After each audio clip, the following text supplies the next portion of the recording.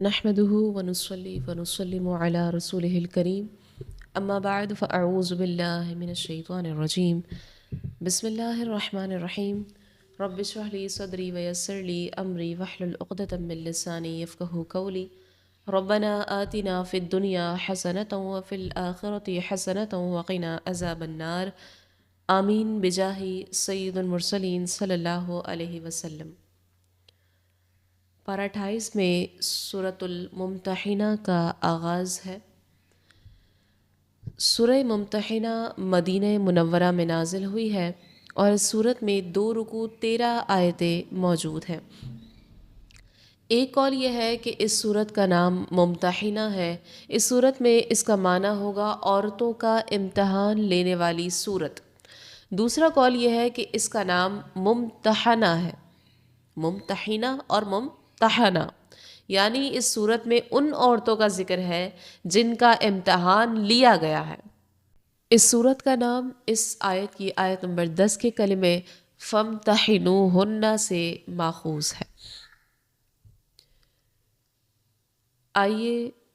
اس سورہ مبارکہ کا آغاز کرتے ہیں۔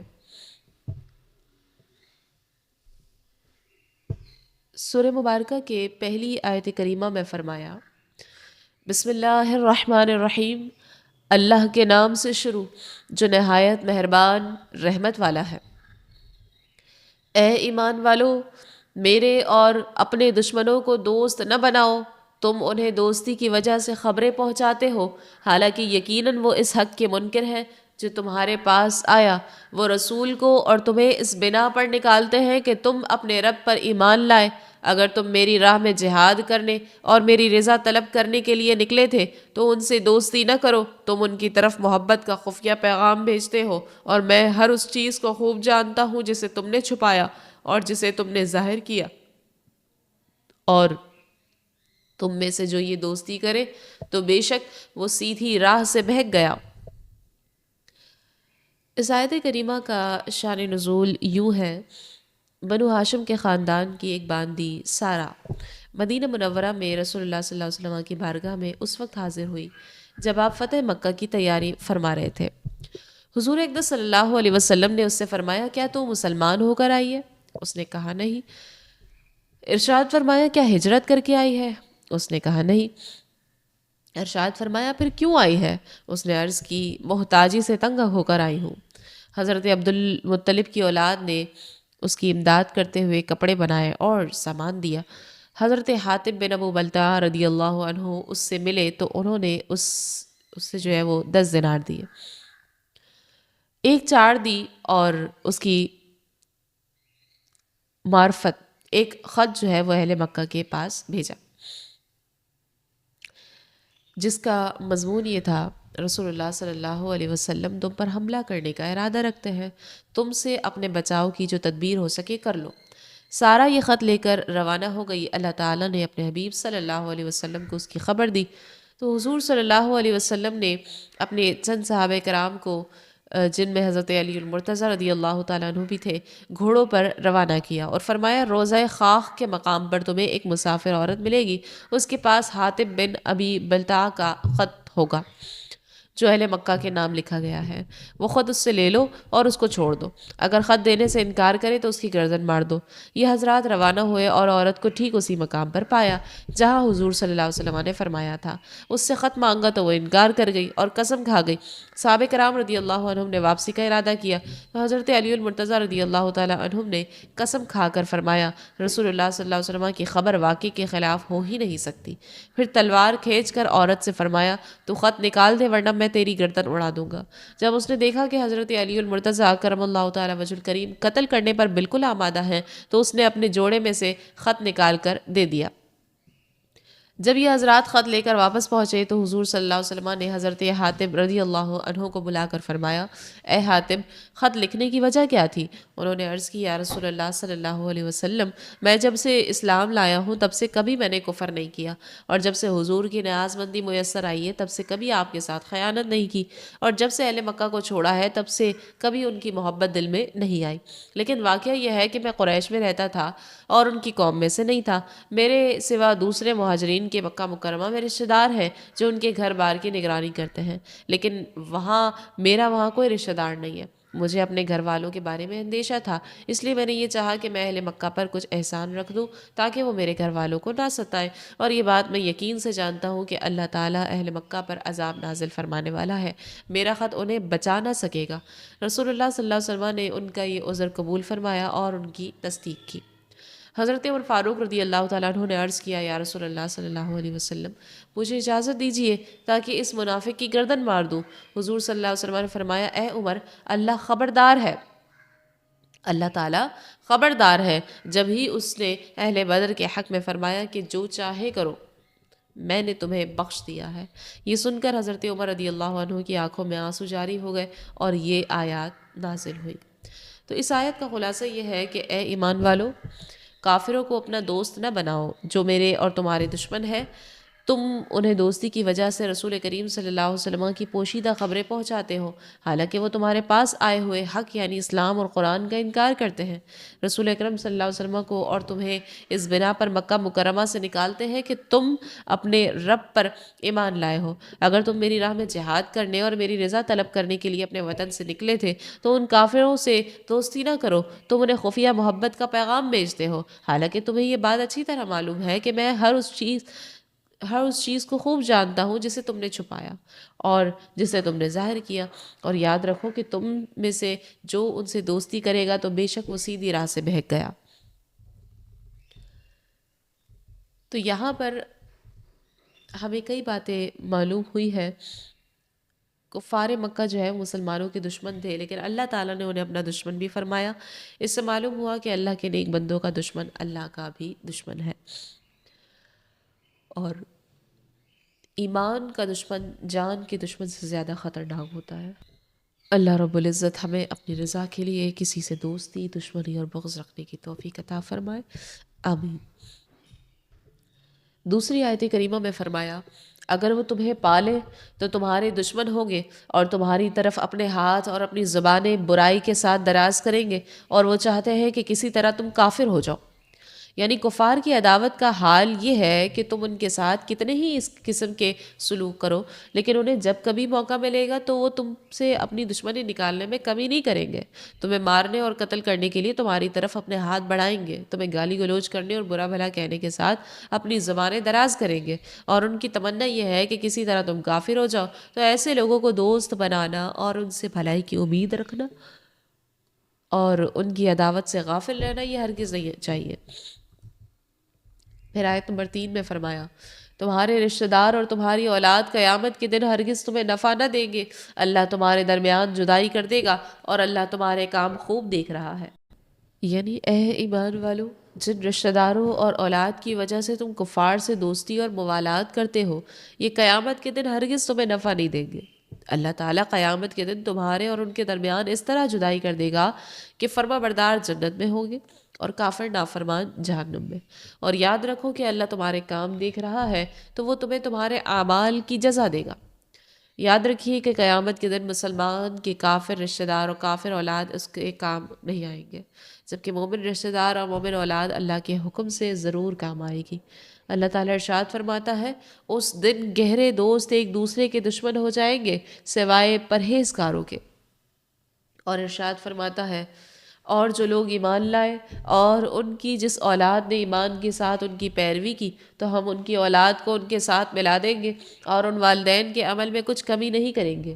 خلاصہ یہ کہ ایمان والے ایک دوسرے کے کام آئیں گے جبکہ کافر کسی کے کام نہیں آئیں گے۔ آیت نمبر 4 اور 5 میں فرمایا، بے شک ابراہیم اور اس کے ساتھیوں میں تمہارے لیے بہترین پیروی تھی جب انہوں نے اپنی قوم سے کہا، بے شک ہم تم سے اور ان سے بیزار ہیں جنہیں تم اللہ کے سوا پوجتے ہو، ہم نے تمہارا انکار کیا اور ہمارے تمہارے درمیان ہمیشہ کے لیے دشمنی اور عداوت ظاہر ہو گئی۔ حتیٰ کہ تم ایک اللہ پر ایمان لے آؤ، مگر ابراہیم کا اپنے عرفی باپ سے یہ کہنا پیروی کے قابل نہیں کہ میں ضرور تیرے لیے مغفرت کی دعا مانگوں گا اور میں اللہ کے سامنے تیرے لیے کسی نفع کا مالک نہیں ہوں۔ اے ہمارے رب، ہم نے تجھی پر بھروسہ کیا اور تیری ہی طرف رجوع لائے اور تیری ہی طرف پھرنا ہے۔ اے ہمارے رب، ہمیں کافروں کے لیے آزمائش نہ بنا اور ہمیں بخش دے۔ اے ہمارے رب، بے شک تو ہی بہت عزت والا، بڑا حکمت والا ہے۔ اس آیت میں حضرت حاتم رضی اللہ عنہ اور دوسرے مومنین سے خطاب ہے اور سب کو حضرت ابراہیم علیہ السلام کی پیروی کرنے کا حکم ہے کہ دین کے معاملے میں رشتہ داروں کے ساتھ ان کا طریقہ اختیار کریں۔ خلاصہ یہ ہے کہ بے شک حضرت ابراہیم علیہ السلام اور ان پر ایمان لانے والوں کی سیرت میں تمہارے لیے بہترین پیروی تھی۔ جب انہوں نے اپنی مشرک قوم سے کہا بے شک ہم تم سے اور ان بتوں سے بیزار ہیں جنہیں تم اللہ تعالیٰ کے سوا پوچھتے ہو، ہم تمہارے منکر ہوئے اور ہم نے تمہارے دین کی مخالفت اختیار کی، اور جب تک تم ایک اللہ پر ایمان نہیں لاتے تب تک ہمارے اور تمہارے درمیان ہمیشہ کے لیے دشمنی اور عداوت ظاہر ہو گئی۔ البتہ حضرت ابراہیم علیہ السلام کا اپنے عرفی باپ کے لیے مغفرت کی دعا مانگنا یہ پیروی کے قابل نہیں ہے، کیونکہ یہ ایک وعدے کی بنا پر تھا، اور جب حضرت ابراہیم علیہ السلام پر ظاہر ہو گیا کہ وہ کفر پر ہی قائم ہے تو آپ نے اس سے بیزاری ظاہر کر دی، لہٰذا یہ کسی کے لیے جائز نہیں کہ اپنے کافر رشتہ دار کے لیے دعائے مغفرت کرے۔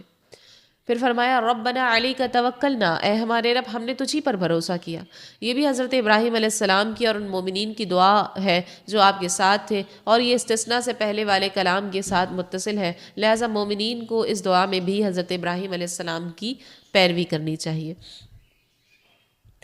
آیت نمبر 6 میں فرمایا اے مسلمانوں، بے شک ضرور تمہارے لیے ان میں اچھی پیروی تھی اس کے لیے جو اللہ اور آخرت کے دن کی امید رکھتا ہے اور جو منہ پھیرے تو بے شک اللہ ہی بے نیاز ہر حمد کے لائق ہے۔ یعنی اے حبیب صلی اللہ علیہ وسلم کی امت، تمہارے لیے حضرت ابراہیم علیہ السلام اور ان پر ایمان لانے والوں کی سیرت میں اچھی پیروی تھی، خاص طور پر اس لیے جو اللہ کی رحمت و ثواب اور آخرت کی راحت کا طالب ہو اور اللہ کے عذاب سے ڈرے، اور جو ایمان لانے سے منہ پھیرے اور کفار سے دوستی کرے تو وہ سمجھ لے کہ ہمارے دین کو اس کی ضرورت نہیں، بے شک اللہ ہی بے نیاز اور حمد کے لائق ہے۔ اور اسی آیت مبارکہ پر سورہ ممتحنہ کا پہلا رکوع اختتام کو پہنچا۔ دوسرے رکوع کے آغاز میں آیت نمبر 7 میں فرمایا قریب ہے کہ اللہ تمہارے اور ان لوگوں کے درمیان محبت پیدا فرما دے جو ان میں سے تمہارے دشمن ہے، اور اللہ بہت قدرت والا اور بہت بخشنے والا بڑا مہربان ہے۔ اس آیت کا شان نزول یوں ہے کہ جب یہ والی آیات نازل ہوئی تو صحابہ کرام رضی اللہ عنہ اپنے عزیز و اقارب کی دشمنی میں بہت سخت اور ان سے بیزار ہو گئے۔ اس پر اللہ تعالیٰ نے یہ آیت نازل فرما کر انہیں امید دلائی کہ ان کفار کا حال بدلنے والا ہے۔ خلاصہ یہ ہے کہ اے ایمان والو، قریب ہے کہ اللہ تعالیٰ تمہارے اور کفار مکہ میں سے ان لوگوں کے درمیان جن سے تمہاری دشمنی ہو گئی ہے اس طرح محبت پیدا کر دے کہ انہیں ایمان کی توفیق دے دے، کیونکہ اللہ تعالیٰ دل بدلنے، حال تبدیل کرنے اور محبت کے اسباب آسان کرنے پر بہت قدرت والا ہے، اور مشرکوں میں سے جو ایمان لائے اسے اللہ تعالیٰ بخشنے والا ہے اور اس پر مہربان ہے۔ اللہ تعالیٰ نے ایسا ہی کیا، اور فتح مکہ کے بعد ان میں سے ایک کثیر تعداد ایمان لے آئی اور وہ ایمان والوں کے دوست اور بھائی بن گئے اور ان کی ایک دوسرے سے محبت بڑھی۔ آیت نمبر 8 اور 9 میں فرمایا اللہ تمہیں ان لوگوں سے احسان کرنے اور انصاف کا برتاؤ کرنے سے منع نہیں کرتا جنہوں نے تم سے دین میں لڑائی نہیں کی اور نہ تمہیں تمہارے گھروں سے نکالا، بے شک اللہ انصاف کرنے والوں سے محبت فرماتا ہے۔ اللہ تمہیں صرف ان لوگوں سے دوستی کرنے سے منع کرتا ہے جو تم سے دین میں لڑے اور انہوں نے تمہیں تمہارے گھروں سے نکالا اور تمہارے نکالنے پر تمہارے مخالفین کی مدد کی، اور جو ان سے دوستی کرے تو وہی ظالم ہے۔ اس آیت کریمہ کی تفسیر میں کثیر اقوال اور اختلاف ہیں، اور عملی صورتیں جن پر اس آیت کو منطبق کرنا ہے وہ تو سینکڑوں سے زائد ہے، لہٰذا صرف ایک راجح خلاصہ کلام میں آپ کے سامنے پیش کروں گی۔ خلاصہ آیات یہ ہے کہ جن کفار سے مسلمانوں کا امن اور امان کا معاہدہ ہے یا جو ذمی کفار ہیں ان کے ساتھ بر یعنی اچھا سلوک کرنے اور اقساط کی ممانعت نہیں بلکہ اجازت ہے، جبکہ ان کے علاوہ کے ساتھ ممانعت ہے۔ آیت نمبر 10 میں فرمایا اے ایمان والو جب تمہارے پاس مسلمان عورتیں کفرستان سے اپنے گھر چھوڑ کر آئیں تو ان کا امتحان کرو، اللہ ان کے ایمان کا حال بہتر جانتا ہے۔ پھر اگر وہ تمہیں ایمان والیاں معلوم ہو تو انہیں کافروں کی طرف واپس نہ لوٹاؤ، نہ یہ ان کافروں کے لیے حلال ہے اور نہ وہ کافر ان کے لیے حلال ہے، اور ان کے کافر شوہروں کو وہ حق مہر دے دو جو انہوں نے خرچ کیا، اور تم پر کچھ گناہ نہیں کہ ان سے نکاح کر لو جب ان کے مہر انہیں دو، اور کافرہ عورتوں کے نکاح پر نہ جمے رہو، اور وہ مانگ لو جو تم نے خرچ کیا اور کافر مانگ لے جو انہوں نے خرچ کیا۔ یہ اللہ کا حکم ہے، وہ تم میں فیصلہ فرماتا ہے، اور اللہ بہت علم والا بڑا حکمت والا ہے۔ اس آیت میں ہجرت کر کے آنے والی مسلمان عورتوں کے بارے میں 7 احکام دیے گئے۔ سب سے پہلا تو یہ کہ اے ایمان والو جب کفرستان سے مسلمان عورتیں اپنے گھر چھوڑ کر تمہارے پاس آئیں تو ان کی جانچ کر لیا کرو کہ ان کی ہجرت خالص دین کے لیے ہی ہے، ایسا تو نہیں کہ انہوں نے شوہروں کی عداوت میں گھر چھوڑ دیا ہو۔ اور یاد رکھو کہ ان عورتوں کا امتحان تمہارے علم کے لیے ہے، ورنہ اللہ تبارک و تعالیٰ تو ان کے ایمان کا حال تم سے بہتر جانتا ہے۔ اور ان کی جانچ کا طریقہ یہ ہے کہ ان سے قسم لی جائے، جیسا کہ حضرت عبداللہ بن عباس رضی اللہ تعالی عنہ فرماتے ہیں ان عورتوں کو قسم دی جائے کہ وہ نہ شوہروں کی عداوت میں نکلی ہے اور نہ اور کسی دنیاوی وجہ سے، بلکہ انہوں نے صرف اپنے دین اور ایمان کے لیے ہجرت کی ہے۔ دوسرا یہ کہ اگر جانچ کے بعد وہ تمہیں ایمان والیاں معلوم ہو تو انہیں ان کے کافروں شوہر کی طرف واپس نہ لوٹاؤ، کیونکہ نہ یہ مسلمان عورتیں ان کافروں کے لیے حلال ہیں اور نہ وہ کافر مرد ان مسلمان عورتوں کے لیے حلال ہیں۔ اس سے معلوم ہوا کہ اگر کافر کی کافرہ بیوی ایمان لا کر ہجرت کر جائے تو وہ اس کافر کے نکاح سے نکل جائے گی۔ تیسرا حکم یہ کہ ان کے کافر شوہروں کو وہ حق مہر دے دو جو انہوں نے ان عورتوں کو دیے تھے۔ پھر چوتھا یہ حکم کہ تم پر کچھ گناہ نہیں کہ ان ہجرت کرنے والی عورتوں کو مہر دے کر ان سے نکاح کر لو، اگرچہ دارالحرب میں ان کے شوہر ہوں، کیونکہ اسلام لانے سے وہ ان شوہروں پر حرام ہو گئی اور ان کی زوجیت میں نہ رہی۔ اور آیت کے آخر میں ارشاد فرمایا کہ یہاں جو احکام دیے ہیں یہ اللہ کا حکم ہے، وہ تمہارے درمیان فیصلہ فرماتا ہے، اور اللہ علم والا حکمت والا ہے۔ آیت نمبر 11 میں فرمایا اور اگر تم مسلمانوں کے ہاتھ سے تمہاری کچھ عورتیں کافروں کی طرف نکل جائیں پھر تم کافروں کو سزا دو تو جن کی بیویاں چلی گئی تھیں انہیں مال غنیمت سے اتنا دے دو جتنا انہوں نے خرچ کیا تھا، اور اللہ سے ڈرتے رہو جس پر تم ایمان رکھتے ہو۔ اس سے پہلے والی آیت نازل ہونے کے بعد مسلمانوں نے تو ہجرت کرنے والی عورتوں کے مہر ان کے کافر شوہروں کو ادا کر دیے، جبکہ کافروں نے مرتدہ عورتوں کے مہر مسلمانوں کو ادا کرنے سے انکار کر دیا۔ اس پر یہ آیت کریمہ نازل ہوئی اور فرمایا گیا کہ اے ایمان والو اگر تمہارے پاس سے کچھ عورتیں مرتدہ ہو کر کافروں کی طرف نکل جائیں پھر تم کافروں کو جہاد کے ذریعے سزا دو اور ان سے غنیمت پاؤ، تو جن کی عورتیں مرتدہ ہو کر دارالحرب میں چلی گئی تھیں انہیں مال غنیمت سے اتنا دے دو جتنا انہوں نے اور ان عورتوں کو مہر دینے میں خرچ کیا تھا، اور اللہ سے ڈرتے رہو جس پر تم ایمان رکھتے ہو۔ حضرت عبداللہ بن عباس رضی اللہ عنہ فرماتے ہیں کہ مومنین مہاجرین کی عورتوں میں سے 6 عورتیں ایسی تھیں جنہوں نے دارالحرب کو اختیار کیا اور مشرکین کے ساتھ ملی اور مرتدہ ہو گئی۔ رسول اللہ صلی اللہ علیہ وسلم نے ان کے شوہروں کو مال غنیمت سے ان کے مہر عطا فرمائے۔ یاد رکھیے کہ ان آیتوں میں جو یہ احکام دیے گئے ہیں کہ مہاجرات کا امتحان لینا، کفار نے اپنی بیویوں پر جو خرچ کیا ہو وہ ہجرت کے بعد انہیں دینا، مسلمانوں نے اپنی بیویوں پر جو خرچ کیا ہو وہ ان کے مرتدہ ہو کر کافروں سے مل جانے کے بعد کافروں سے مانگنا، جن کی بیویاں مرتدہ ہو کر چلی گئی ہوں انہوں نے جو ان پر خرچ کیا تھا وہ انہیں مال غنیمت میں سے دینا، یہ تمام احکام جہاد والی آیت سے یا غنیمت والی آیت سے یا احادیث سے منسوخ ہو گئے ہیں، کیونکہ یہ احکام تب تک باقی رہے جب تک یہ عہد رہا، اور جب وہ عہد اٹھ گیا تو احکام بھی نہ رہے۔ آیت نمبر 12 میں فرمایا اے نبی جب مسلمان عورتیں تمہارے حضور اس بات پر بیعت کرنے کے لیے حاضر ہوں کہ وہ اللہ کے ساتھ کسی کو شریک نہ ٹھہرائیں گی اور نہ چوری کریں گی اور نہ بدکاری کریں گی اور نہ اپنی اولاد کو قتل کریں گی اور نہ وہ بہتان لائیں گی جنہیں جسے اپنے ہاتھوں اور اپنے پاؤں کے درمیان میں گھڑی اور کسی نیک بات میں تمہاری نافرمانی نہ کریں گی تو ان سے بیعت لو اور اللہ سے ان کی مغفرت چاہو، بے شک اللہ بہت بخشنے والا بڑا مہربان ہے۔ جب فتح مکہ کے دن حضور صلی اللہ علیہ وسلم مردوں سے بیعت لے کر فارغ ہوئے اور عورتوں سے بیعت لینا شروع کی تو اس وقت یہ آیت نازل ہوئی۔ خلاصہ یہ ہے کہ اے حبیب، جب مسلمان عورتیں آپ کی بارگاہ میں اس بات پر بیعت کرنے کے لیے حاضر ہوں کہ وہ اللہ کے ساتھ کسی کو شریک نہ ٹھہرانے پر قائم رہیں گی، چوری نہیں کریں گی، بدکاری نہیں کریں گی، اپنی اولاد کو قتل نہیں کریں گی، کسی کے بچے کو اپنے شوہر کی طرف منسوب نہیں کریں گی، اللہ اور اس کے رسول صلی اللہ علیہ وسلم کی فرمانبرداری کرنے میں آپ کی نافرمانی نہ کریں گی، تو ان سے بیعت لیں اور اللہ سے ان کی مغفرت چاہیں، بے شک اللہ بخشنے والا مہربان ہے۔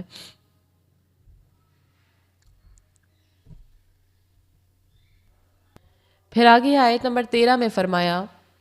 اے ایمان والو، ان لوگوں سے دوستی نہ کرو جن پر اللہ نے غضب کیا، بے شک وہ آخرت سے نا امید ہو چکے ہیں، جیسے کافر قبر والوں کے دنیا میں لوٹنے سے نا امید ہو چکے ہیں، یا قبر والوں میں سے کفار ثواب آخرت سے نا امید ہو چکے ہیں۔ اس آیت کی ایک تفسیر یہ ہے کہ اے ایمان والو، مشرکوں سے دوستی نہ کرو، بے شک وہ آخرت کے منکر ہونے کی وجہ سے اس کے ثواب سے ایسے نا امید ہو چکے ہیں جیسے وہ قبر والوں کے دنیا میں واپس آنے سے نا امید ہو چکے ہیں۔ دوسری تفسیر یہ ہے کہ اے ایمان والو، یہودیوں سے دوستی نہ کرو، بے شک وہ نبی صلی اللہ علیہ وسلم کو برحق نبی جاننے کے باوجود انکار کرنے کی وجہ سے آخرت کے ثواب سے ایسے ہی نا امید ہو چکے ہیں جیسے کفار مرے ہوئے لوگوں کے دنیا میں واپس آنے سے مایوس ہو چکے ہیں۔ اور یہاں پر اسی سورہ مبارکہ پر سورۃ الممتحنہ اپنے اختتام کو پہنچی۔ اللہ رب العزت کی بارگاہ میں دعا کرتے ہیں، الہ العالمین، اے اللہ ہمیں سچا اور خالص ایمان عطا فرما، ہماری محبتیں اور وابستگیاں تیری رضا کے تابع کر دے۔ اے رب کریم، ہمیں ہر اس تعلق سے بچا جو ہمیں تجھ سے دور کر دے، ہمیں ان لوگوں میں شامل کر جو تیرے دوست ہیں، جو تیرے بندے ہیں، اخلاص والے بندے ہیں۔ اے اللہ ہمارے دلوں کو ثابت قدم رکھ، ہمیں آزمائشوں میں سرخرو فرما، ہمارے خاتمے کو ایمان اور سلامتی پر کر۔ اے رب العالمین، جس طرح اس صورت میں وفاداری دین کا درس دیا گیا، ہمیں بھی اپنی زندگی میں اس پر قائم رہنے کی توفیق عطا فرما، آمین یا رب العالمین، بجاہ سید المرسلین صلی اللہ علیہ وسلم، وما علینا الا البلاغ۔